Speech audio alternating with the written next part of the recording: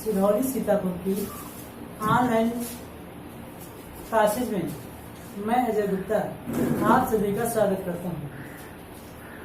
आज हम इस वीडियो के माध्यम से हम आपको कक्षा 11 की बायोलॉजी सब्जेक्ट में टॉपिक का नाम है पौधों में श्वसन अर्थात रेस्पिरेशन इन प्लांट्स के बारे में बताएंगे।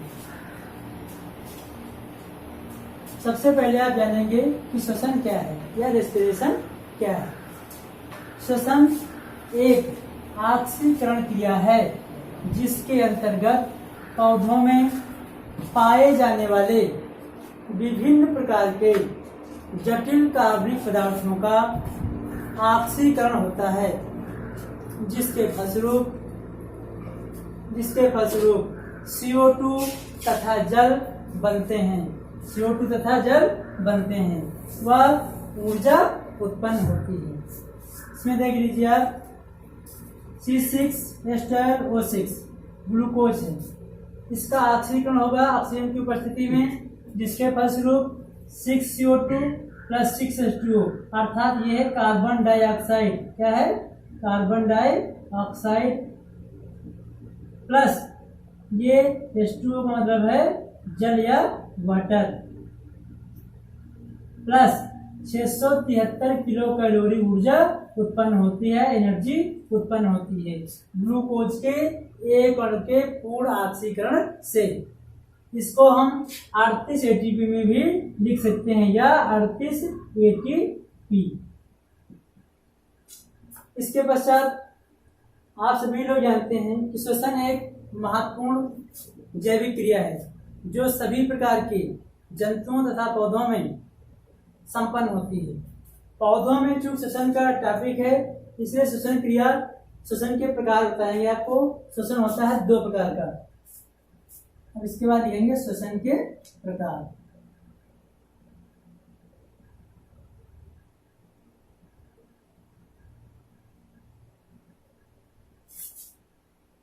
Types of respiration.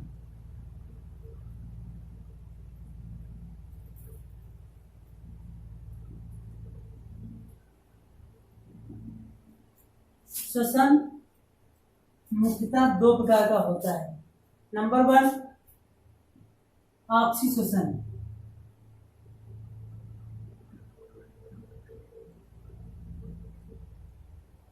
नंबर 2 अनऑक्सीश्वसन।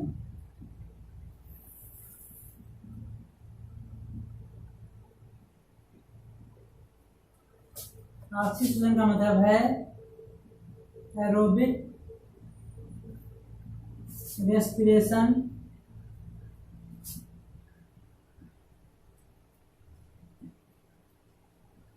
अनारसी का मतलब है एनएरोबिक रेस्पिरेशन।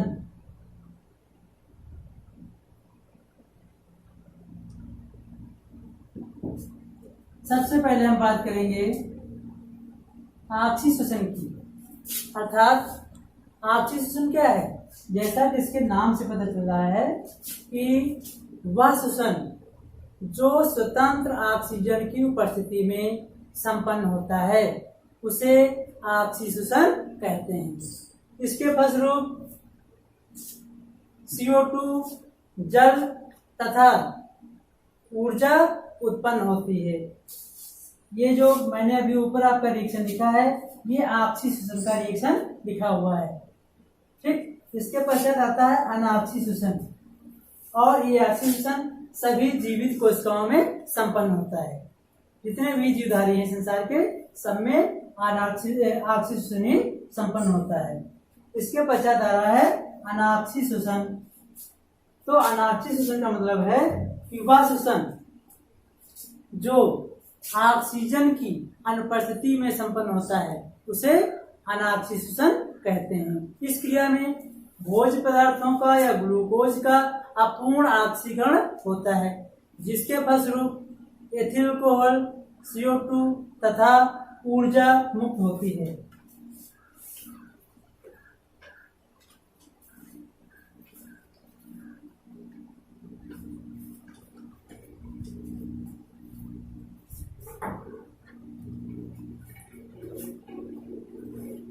अब हम इसका रिएक्शन नीचे लेके जा रहे हैं कि C6H12O6, चूंकि ये अनाक्षी शोषण है तो इसमें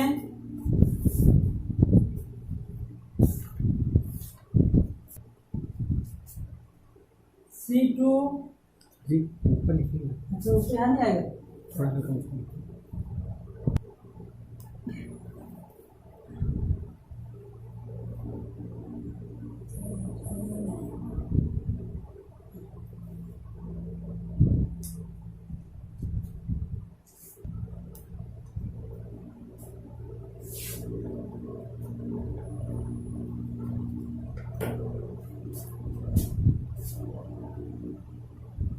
C6H12O6 arrow 2C2H5OH plus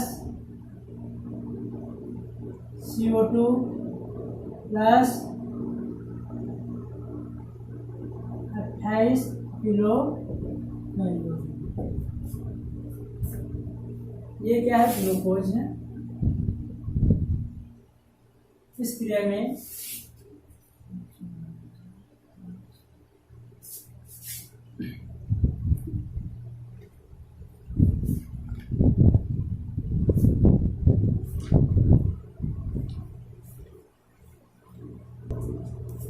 आप देख रहे हैं ये C2H5OH अर्थात एथिल अल्कोहल का निर्माण हो गया है।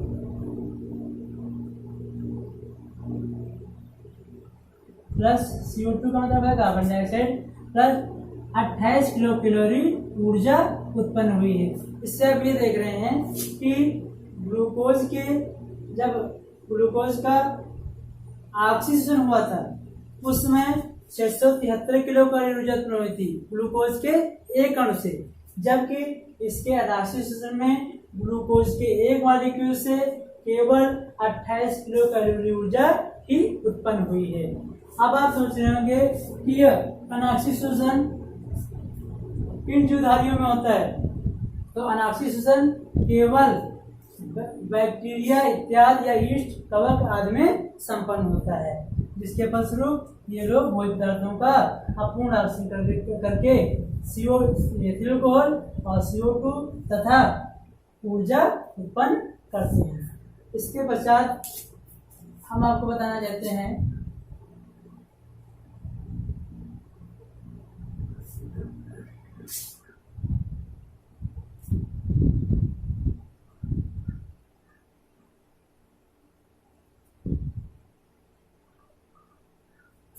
ग्लूकोज शोषण के फलस्वरूप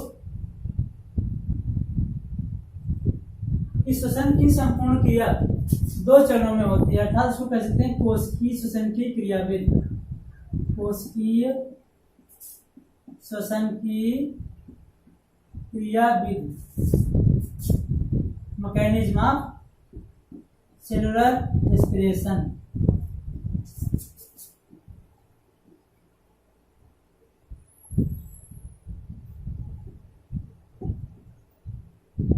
मैकेनिज्म ऑफ सेलुलर रेस्पिरेशन।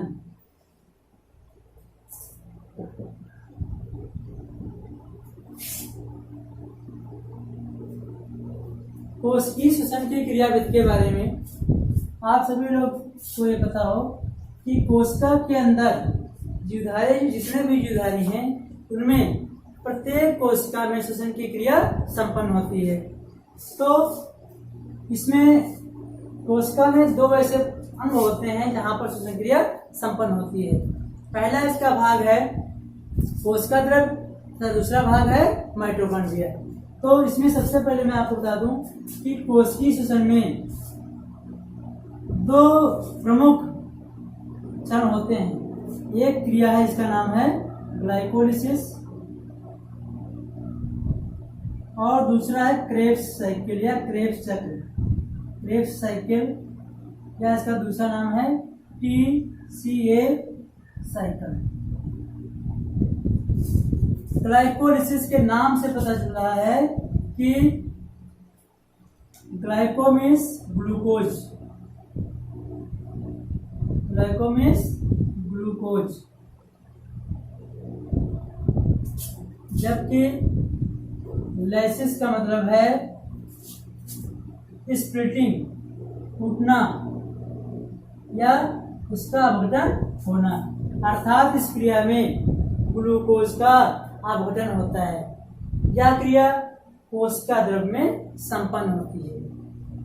क्योंकि श्वसन की आक्षी तथा अनाक्षी क्रियाएं में कुछ समानता होती है, तो कुछ क्रियाएं ग्लाइकोलिसिस, जिसके फलस्वरूप ग्लूकोज का ऑक्सीकरण होकर के क्या बनेगा, पायरूविक एसिड बनेगा। क्या बनेगा, पायरूविक एसिड का निर्माण होगा। और पायरूविक एसिड के पश्चात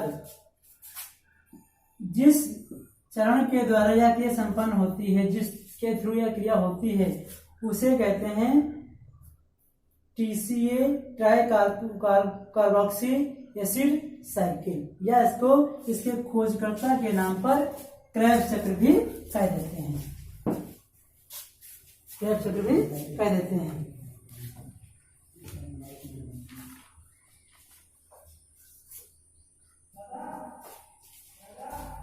इसके पश्चात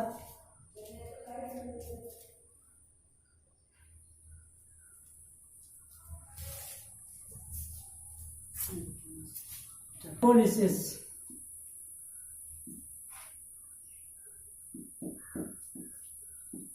ग्लाइकोलिसिस क्रिया अर्थात यह क्रिया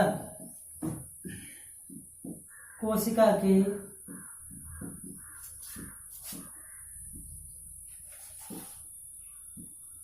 कोशिका द्रव में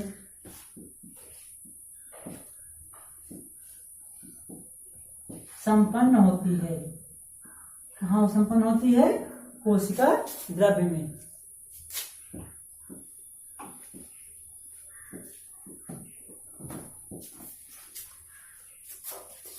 इस क्रिया को 10 चरणों में बांटा गया है। 10 चरणों में बांटा गया है। इसका पहला चरण है प्रथम फास्फोरिलीकरण। क्या है, प्रथम फास्फोरिलीकरण,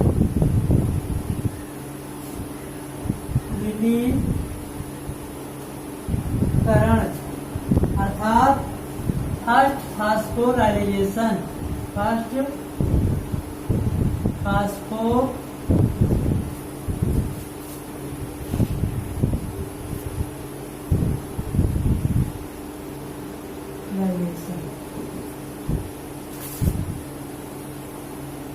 इस क्रिया में ग्लूकोज का एक अणु ATP से क्रिया करके ग्लूकोज 6 फास्फेट का निर्माण करता है तथा ADP मुक्त होता है।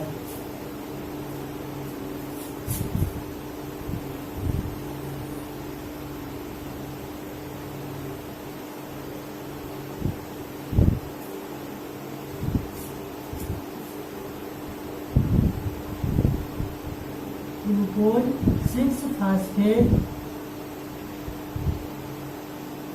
प्लस ADP, अर्थात ADP कहाँ से आ गया, जो यहाँ पर ATP था, इसका एक ATP से एक फास्फेट निकल करके कहाँ जुड़ जाएगा, ग्लूकोज से क्रिया कर लेगा, जिसके फलस्वरूप क्या बन जाएगा, ग्लूकोज 6 फास्फेट, अर्थात छठे नंबर कार्बन से एक फास्फेट का अणु जुड़ जाएगा। तब ATP से एक फास्फेट कम हो गया तो क्या बचा, ADP, एडिनोसिन डाइफास्फेट। यहाँ पर क्या था, एडिनोसिन डाइफास्फेट था और बन गया ग्लूकोज 6 फास्फेट। दूसरा इसका है इसका एक enzyme hexa kinase, hexa kinase और Mg++। दूसरा इसका रिएक्शन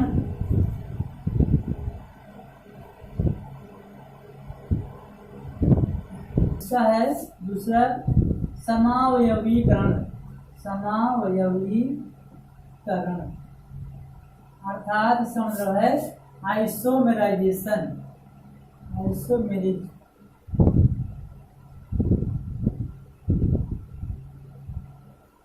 जैसा कि नाम से पता चल रहा है समावयवीकरण। इसमें क्या होता है, समावयवता का मतलब है कि किसी भी तत्व का अणु सूत्र समान हो लेकिन संरचना सूत्र भिन्न भिन्न हो, ऐसे लोगों को समावयवी कहते हैं। यहाँ पर क्या होगा, इस क्रिया में क्या होगा कि ग्लूकोज, इस क्रिया में क्या होगा, इस क्रिया में ग्लूकोज 6 फास्फेट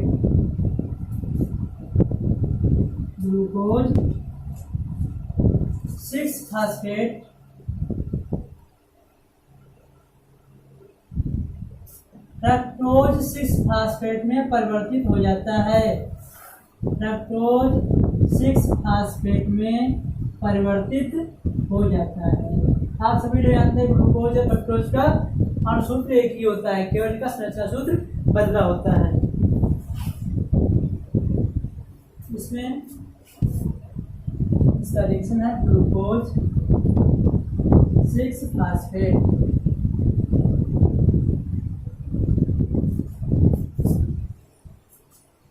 हेक्सा आइसोमर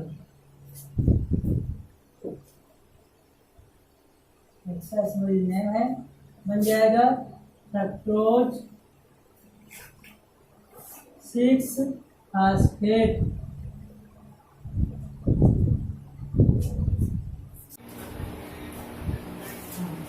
इसका सेकंड पार्ट है, सेकंड स्टेप है, सेकंड समावयवीकरण अर्थात आइसोमेराइजेशन। इस क्रिया में ग्लूकोज 6 फास्फेट फ्रक्टोज 6 फास्फेट में परिवर्तित हो जाता है।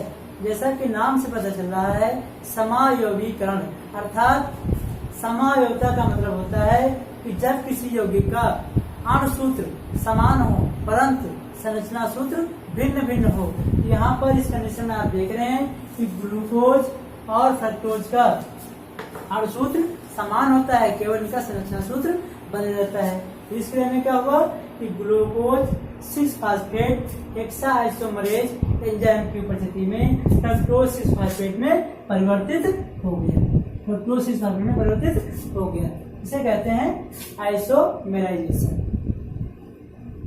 उम्मीद करते हैं कि आपको मेरा वीडियो पसंद आया होगा और यदि आपको कहीं भी समस्या है, समझ में नहीं आई है, तो आप सबसे पहले मेरे चैनल को सब्सक्राइब करें तथा मुझे कमेंट बॉक्स में लिखें। और इसके साथ आप सभी को पुनः धन्यवाद। कल मैं कुछ नए वीडियो के साथ आपके साथ उपस्थित हूँ।